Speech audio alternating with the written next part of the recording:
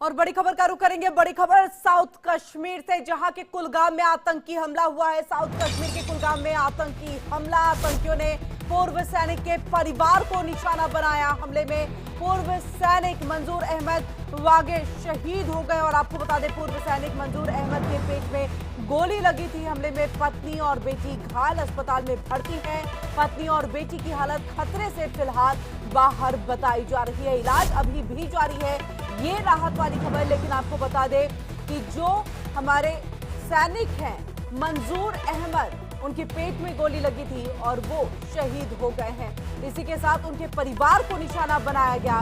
ये कायराना हरकत आतंकियों की तरफ से की गई है। बड़ी खबर साउथ कश्मीर के कुलगाम से, जहां पर यह कायराना हरकत आतंकियों की तरफ से, जहां पर सैनिक के परिवार को निशाना बनाया गया। पत्नी और बेटी की हालत नाजुक बताई जा रही थी, जिसके बाद अस्पताल में भर्ती कराया गया। और ज्यादा जानकारी के लिए सीधे रुख करेंगे अपने संवाददाता रमन सैनी का। रमन, सबसे पहले पत्नी और बेटी जो है उनकी स्थिति कैसी है, डॉक्टर्स क्या कुछ कह रहे हैं वो बताइएगा। और इसी के साथ बहुत ही कायराना हरकत आतंकियों की तरफ से वैसे हर बार की जाती है, लेकिन इस बार तो सैनिक के परिवार को ही निशाने पर ले लिया। हाँ, बिल्कुल आपने सही कहा कि जिस तरीके से एक छोटे समय के अंतराल के बाद एक बार फिर आतंकी घटना को अंजाम दिया गया है कश्मीर घाटी में। और इस बार साउथ कश्मीर का कुलगांव जिला चुना गया है, जहां बेही बाग में ये सैनिक का परिवार जो है वो रहा करता था। और उसी के घर के पास में पूर्व सैनिक जो टेरिटोरियल आर्मी का जवान है, वहां से रिटायर हुआ है मंजूर अहमद वागे, उसको सीधे तौर पर निशाना बनाया गया। और निशाना बनाने के बाद जो है उनके परिवार वाले, जो उनकी वाइफ और उनकी बच्ची थी, उनको भी गोली जो है वो मारी गई है। बताया जा रहा है कि पॉइंट ब्लैंक रेंज से जो है ये गोली चलाई गई, जिनकी बिल्कुल नजदीक से ये गोलीबारी जो है वो आतंकियों की तरफ से की गई थी। तो आप ये समझिए कि किस तरीके से एक बार फिर दहशत पैदा करने की कोशिश की जा रही है। जहां तक आपने उनकी पत्नी और उनकी बेटी की बारे में जानकारी ली, तो वो अभी स्टेबल बताए जा रहे हैं। हालांकि उनका उपचार जो है वो श्रीनगर का हॉस्पिटल में चलाया जा रहा है, उनको श्रीनगर का हॉस्पिटल में शिफ्ट किया गया है। लेकिन मंजूर अहमद वागे को जब तक शिफ्ट किया जा सकता, तब तक वो दम तोड़ चुके थे और उन्होंने शहादत हासिल कर ली थी।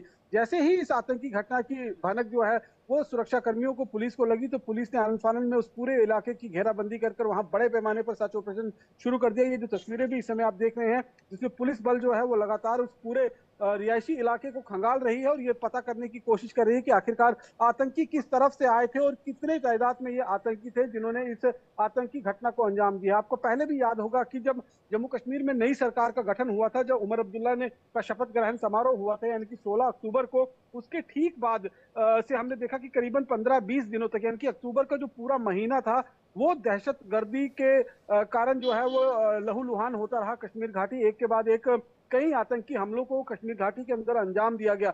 उसके बाद सुरक्षा बलों ने फिर से अपनी जो है वो पकड़ मजबूत की आतंकवाद के ऊपर, और बर्फबारी भी हो गई थी, तो थोड़ा सा ब्रेक जो है वो लग गया था।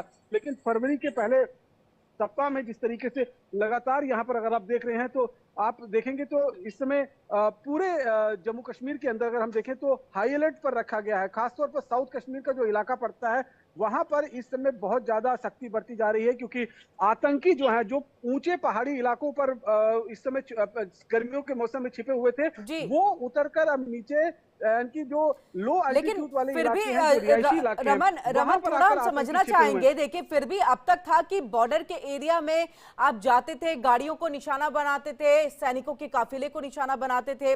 पहले के वक्त में था कि आप रिहायशी इलाकों में जो है इस तरह से वहां के स्थानीय लोगों को निशाना, लेकिन एक बार फिर उसी तरह से दहशत फैलाने की कोशिश, रिहायशी इलाके में अब आ जाना इनका वापस से, ये कितनी बड़ी अब चुनौती के तौर पर देखा जा सकता है?